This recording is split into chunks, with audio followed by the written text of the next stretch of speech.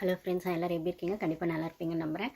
நம்ம வந்து November 14க்கான episode தான் பார்த்துட்ருக்கோம். ஆல்ரெடி ஃபஸ்ட் பார்ட் போட்டிருக்கோம். பார்க்காதவங்க அது போய் பாருங்கள். இது அதோட கண்டினியூஷன் தான்.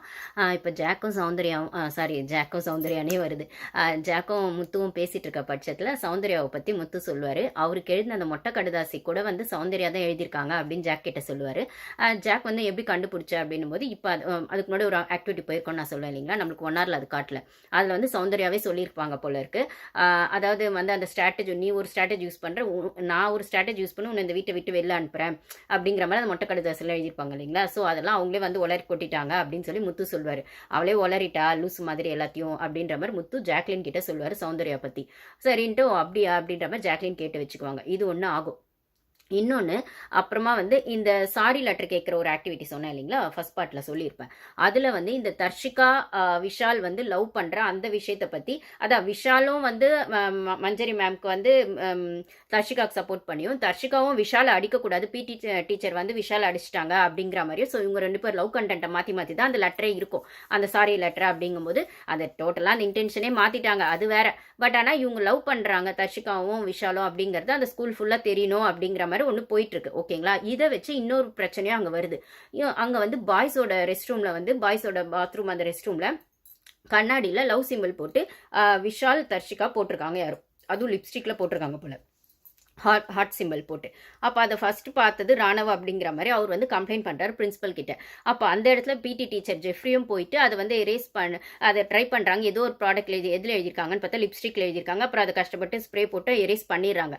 ஜெஃப்ரி எல்லாம் எரேஸ் பண்ணிட்டு இப்போ யார் எழுதுந்து அப்படின்னு சொல்லும்போது அவர் ராணவ் வந்து எனக்கு தெரியாது, நான் பார்த்தா வந்து சொல்லிட்டேன் அப்படின்னும் போது அதில் வந்து இந்த டீயை மட்டும் யாரும் எரேஸ் பண்ணியிருக்கா, அந்த ஹர்ஷிகா அப்படி இருக்குது அப்படின்னும் போது அப்போ யார் எரேஸ் பண்ணி எனக்கு தெரியாது அப்படி இவர் ராணவே ஒத்துக்கிறாரு. நான் தான் பண்ண, அப்போ அதை ஏன் பண்ணேன் அப்படின்னும் போது அது சும்மா தர்ஷி இருக்கிறத நான் ஹர்ஷிகான்னு எழுதி பார்த்தேன் அப்படின்னு. அப்போ நீ தான் பண்ணியிருப்பேன்னு டக்குன்னு அவர் மேலே பிளேம் பண்ணிடுறாங்க பிரின்சிபல் மேம். அப்போ நான் வந்து உங்ககிட்ட சொல்லணும்னு வந்து சொன்னதுக்கு என்னையே சொல்கிறீங்களா, நான்லாம் எழுதலை அப்படின்னு சொல்லும்போது அந்த இடத்துல வந்து இன்னொரு விஷயம் என்ன சொல்கிறாங்கன்னா, வர்ஷினி ஜெஃப்ரி கிட்ட இந்த மாதிரி வந்து நான் வந்து உங்களுக்கு பனிஷ்மெண்ட் கொடுக்கறதுக்கு ரூல்ஸ் கொடுத்துட்டேன்ல, பர்மிஷன் கொடுத்துட்டேன்ல, இந்த மாதிரிலாம் நடக்குதுன்னா நீங்கள் பண்ணிக்கலாம்ல, பனிஷ் பண்ணலாம்ல ஸ்டூடெண்ட்ஸா அப்படின்னு சொல்லி பிரின்சிபல் மேமே பிடி டீச்சர் கிட்ட சொல்கிறாங்க. பட் ஆனால் அந்த இடத்துல அவர் என்ன சொல்கிறாருன்னா, எனக்கு மட்டுமா கொடுத்தீங்க, எனக்கும் சேர்த்து அவருக்கும் கொடுத்துட்டீங்க. யாரு? விபி சாருக்கும் கொடுத்துட்டீங்க. அப்போ வந்து அவர் வந்து நான் ஏதோ பனிஷ் பண்ணணும்னு போதுலாம் அந்த இடத்துல வந்து வேணான்னு சொல்லி அதை ஸ்கிப் பண்ணி விட்டுரு. அப்புறம் நான் என்ன பண்ணுறது அப்படின்ற மாதிரி கரெக்டாக வந்து அவர் வந்து ஜெஃப்ரி சொல்லிடுறாரு. ஸோ பனிஷ் பண்ணுறதுக்கான ரூல்ஸை பிரின்சிபல் மேமே பிடி டீச்சருக்கு கொடுத்துருக்காங்க. பட் ஆனால் யாரையும் பனிஷ் பண்ண வேண்டாம் அப்படிங்கிறதுல ரொம்பவே வந்து அருண் கான்ஷியஸாக இருக்கிற மாதிரி இதில் தெரியுது. ஓகேங்களா.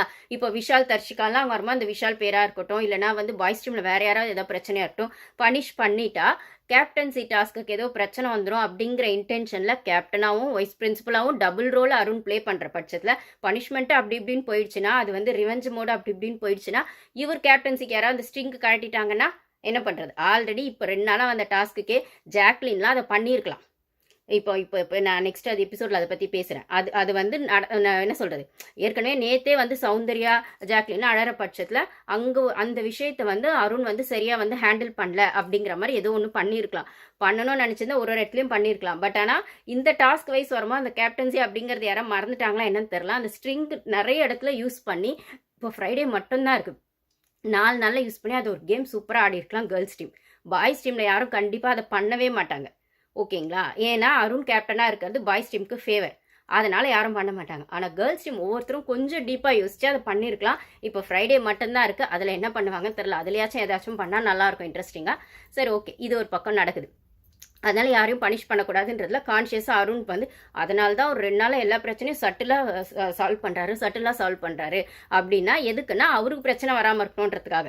இப்போ ஒரு தப்பு செஞ்சுட்டா பனிஷ்மெண்ட் கிடைக்கும்னா அது தப்பு நடக்காமல் பார்த்துக்கணும் அப்படிங்கிறது ஒரு விஷயம் இருக்குல்ல.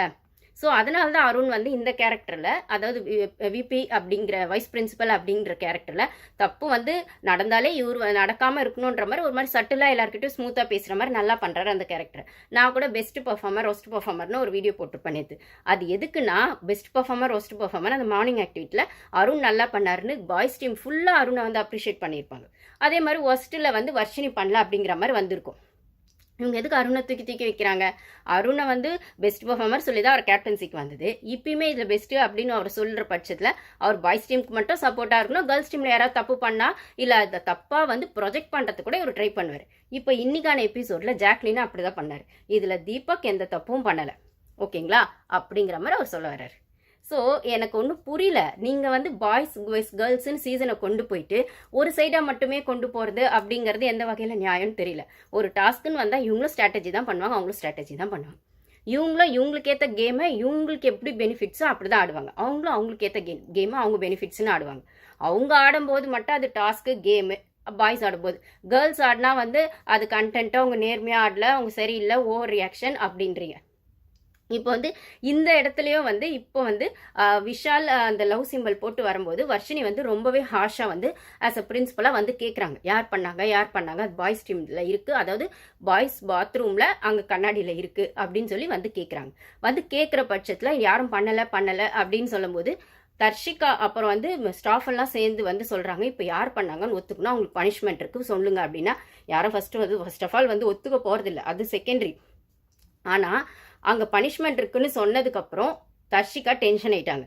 ஏன்னா அது எழுதினது தர்ஷிகா தான். தர்ஷிகா எழுதும்போது ஆனந்தியோ சாச்சனா கண்டிப்பாக கூட இருந்தாங்க. ஆனந்தி இருந்தாங்களான்னு எனக்கு தெரியல. சாச்சனா கண்டிப்பாக கூட இருந்தாங்க, சாச்சனாக்கு தெரியும். இப்போ இதை குரூப்பாக அசம்பிள் பண்ணி வெளியில் கேட்குறாங்க அப்படின்னும் போது விஷால் வந்து சொல்கிறாரு, என்ன சொல்கிறது, எங்கள் ரெஸ்ட் ரூமில் தான் இருக்குன்னா லிப்ஸ்டிக் அந்த ப்ராடக்ட்டை யூஸ் பண்ணுறது எங்கள் இதில் அன்ஷிதா மட்டும்தான். அப்போ அன்ஷிதா வேணா கேளுங்க அப்படின்போது அன்ஷிதா நான் எழுதலை அப்படின்னு சொல்லி அவங்க ஒரு ஸ்டாண்ட் எடுத்துடுறாங்க. ஸோ இதுக்கு பதில் தெரியாத பட்சத்தில் அப்போது தீபக் வந்து அந்த இடத்துல உள்ளே வந்து என்ன சொல்கிறாருன்னா, அந்த விஷயம் பெருசாக போகும்போது சாச்சனா வந்து சாப்பிட்டு இருப்பாங்க போல, எல்லாரும் வந்து அசம்பிள் ஆகணும்னு ஸ்டாஃப்ஸ் எல்லாம் சொல்கிறாங்க. மஞ்சரியும் கொஞ்சம் ஹார்ஷாக பேசுகிறாங்க. ஒரு ஸ்கூலில் இது டிசிப்ளின் இல்லாத ஒரு விஷயம், பாத்ரூம்லலாம் எழுதி வைக்கிறது, இதை கண்டிப்பாக யார் செஞ்சாங்கன்னு தெரியணும், அவங்களுக்கு பனிஷ்மெண்ட் இருக்கும், கண்டிப்பாக சொல்லுங்க அப்படின்னும் போது அங்கே வந்து பொதுவாக தான் அவங்க சொல்கிறாங்க மஞ்சரி, இது ஒரு டிசிப்ளின் வந்து இல்லாத விஷயம், இது செய்யறது வந்து ரொம்ப மட்டமான விஷயம், அது வந்து 2 பேர் வந்து ஸ்கூல் படிக்கிற பசங்க இந்த மாதிரி லவ் சிம்பிள் போட்டு பண்ணுறது வந்து யார் பண்ணியிருந்தாலும் தப்பு அப்படின்போது அப்போ அந்த இடத்துல சாச்சனா வந்து நிற்கிறான். அப்புறம் அவங்க சாப்பிடலோடனே ஸ்டாஃப் சமைச்சு வச்சுறாங்க. ஜாக்லின் தான் வந்து சரி ஓகே நீ போய் சாப்பிடு, நீ செய்யல நீ போய் சாப்பிடு அப்படின்னு சொல்லிட்டு அப்போ தர்ஷிகா வந்து ரொம்ப கோவப்பட்டு இவங்கள அவங்க மீன் பண்ண மாதிரி மஞ்சரி சொன்ன, நான் உன்னை மீன் பண்ணவே இல்லை, நான் தர்ஷிகான்னு எங்கேயாச்சும் சொன்னேன்னா யார் பண்ணாங்கன்னு தான் சொல்ல சொன்னேன், தர்ஷிகான்னு சொல்லவே இல்லைன்னா ஏங்க இவங்க பண்ணாத ஒரு விஷயத்துக்கு இவங்களுக்கு ஏங்க அவ்வளோ கோவம் வரணும், யாரோ இவங்களுக்கே அது உறுத்திடுச்சு யாரோ சொல்லியிருப்பாங்களோ, அதுவும் வந்து சாச்சனா போய் சாப்பிடணுன்றதுக்காக நான் தான் பண்ணேன் நான் தான் அப்படின்றதெல்லாம் வந்துட்டு என்ன சொல்கிறது, சாச்சனா எங்கே சொல்லிட போகிறாளோன்ற பயம், அவளை உள்ளே சாப்பிடவும் அமிச்சாச்சு. இது ஒரு பக்கம் நடக்குது. ஆனால் எப்படி பார்த்தாலும் யார் பண்ணாங்கன்னு தெரியாத பட்சத்தில், ஓப்பனாக ஒத்துக்காத பட்சத்தில் தீபக் வந்து ரொம்ப நல்லவர், அவர் ஏற்கனவே ரொம்ப நல்லவர் தான், அவருக்கு ஏதாவது இன்சல்ட்டுனாலே அவர் வந்து நான் தான் தப்பு செஞ்சுன்னு ஒத்துக்க மாட்டாரு. இப்போ யாரோ செஞ்ச தப்புக்கு இவர் வந்துட்டு பொறுப்பேற்றுக்கிட்டு வந்து சொல்கிறாராமா நான் தான் பண்ணேன். அப்போ வந்து பிரின்சிபல் மேம் கேட்குறாங்க, நீங்கள் பண்ணீங்களா, இப்போ யாருமே ஒத்துக்க மாட்டாங்களா, அப்போ நான் பண்ணதான் வச்சுக்கோங்க. இது என்னங்க, இது எனக்கு புரியல. அவர் இப்போ ஸ்டூடெண்ட்டாக நான் பண்ணுறாரா இல்லை ஸ்டூடெண்ட்டாக இருந்துட்டு கண்டென்ட் கொடுக்கணும்னு நினைக்கிறாரா எனக்கு தெரியல. இந்த இடத்துல இவர் ஸ்டூடெண்ட்டாக இவர் விஷயம் பண்ணுறாங்கன்னா பிரின்சிபலாக வர்ஷினி மேம் சொன்னதும் தப்பு இல்லை. அவங்க என்ன சொல்லுவாங்க, ஸ்டூப்பிடாக இருக்குது, யாரோ பண்ண தப்புக்கு நீங்கள் அதாவது யாருமே ஒத்துக்கலாம் தானே ஒத்துக்கிறேன்னு சொல்கிற ஸ்டூப்பிடாக இருக்குன்னா அது வார்த்தையை விட்டது ஓகே தான், ஸ்டூப்பிட். அதாவது அதை விட இன்னும் கொஞ்சம் வேர்ட்ஸ் வந்து ஒஸ்ட்டாக பேசியிருக்காங்க வர்ஷினி மேம், அது நம்மளுக்கு காட்டலை ஓகேங்களா. பட் ஆனால் ஒரு பிரின்சிபலாக ஒரு சில இடத்துல ஸ்டூப்பிட் இடியட்னு சொல்கிறது ஓகே தான். அதுவும் வந்துட்டு தீபக் சாரை சொன்னது ஓகே இல்லைல்ல. ஒரு பிரின்சிபலாக ஒரு ஸ்டூடெண்ட்டை வந்து ஏதோ ஒரு இடத்துல கோவத்தில் இப்படி பண்ணுறேன், எடிட் மாதிரி பண்ணுறேன், ஸ்டூபிட் மாதிரி பண்ணுறேன், நம்ம ஸ்கூல்லையுமே ஒரு சிலர் ஹாஷாக இருக்கிற டீச்சர்ஸும் பிரின்சிபலாக சொல்ல தான் செய்வாங்க ஓகேங்களா. அதாவது எக்ஸ்ட்ரீமான விஷயங்கள் இந்த மாதிரி ரெஸ்ட் ரூம் விஷயத்தில் கண்டிப்பாக சொல்லி தான் இருப்பாங்க. சும்மா சின்ன கிளாஸில் சின்ன தப்பு பண்ணாலும் சொல்ல மாட்டாங்க. அது வந்து கொஞ்சம் எக்ஸ்ட்ரீமான விஷயம் இருக்குன்னா வார்ன் பண்ணுற விதத்தில் அது சொல்லுவாங்க, ஸ்டூப்பிடாக பிஹேவ் பண்ணாத என்ன அப்படிங்கிற மாதிரி சொல்லுவாங்க. அப்போது இவராக வாலண்டியராக வந்து செய்யாத தப்பை ஒத்துக்கிட்டு இவர் நல்ல ஒரு மாதிரி சீன் போடுறாருன்னா ஒரு பிரின்சிபலாக அதை வார்ன் பண்ண மாட்டாங்களா, ஏன்னு கேட்க மாட்டாங்களா. ஸ்டூப்பிடாக இருக்கணும், ஸ்டூப்பிடாக சொன்னீங்க அப்படின்னா ஆமாம் வேணா இன்னும் கொஞ்சம் வந்துட்டு நல்லா காதை கொடுத்து கேட்க சொல்லுங்கள், ஸ்டூப்பிட் தான் சொன்னாங்க, உங்களுக்கு வந்து உங்களை ஆட்டிடியூட்னு சேர்த்து சொல்லியிருக்கணும், அதை சொல்லாமல் ஸ்டூப்பிட்னு மட்டும் சொல்லிட்டாங்க. அதுதான் அவங்க பண்ண தப்பு. சொன்னதுக்கே அவரால் முடியல. இல்லை பக்கத்தில் இருக்கவங்களாம் அவர் வேற ஒரு இது போயிட்டு இருக்காங்க, குரூப்பாக எல்லாம் பேசிட்டு இருக்க பட்சத்தில் இவருக்கு ஸ்டூப்பிட்னு சொன்னது சுருக்குன்னு வந்துருச்சு போல இருக்கு. அந்த இடத்துல அவர் தீபக்காக இருக்காரு, ஸ்டூடெண்ட்டாக இல்லை. ஸ்டூடெண்ட் இருந்தால் அவருக்கு அது பெருசாக இருந்திருக்காது, ஏன்னா ஒரு பிரின்சிபலாக ஒரு ஸ்டூடெண்ட்டை சொல்கிறாங்கன்னு போயிருக்கும். இவர் தீபக்காக இருக்கிறதுனால அந்த ஸ்டூப்பிட் வார்த்தை ரொம்ப கான்ஷியஸாக இவர் மைண்டில் வந்துடுச்சு. அதுக்கப்புறம் அவங்க இன்னும் கொஞ்சம் ஆஷா அவங்களுக்கு வந்து வந்தோடனே அறிவில்லையா இப்படி பண்ணுவீங்களா அப்படின்ற மாதிரி அது கொஞ்சம் ஹார்ஷ் வேர்ட்ஸும் யூஸ் பண்ணிட்டாங்க. இதை வச்சு ஸ்டூடெண்ட்ஸ் ப்ரொடெஸ்ட் பண்ணவும் ஆரம்பிச்சிடறாங்க.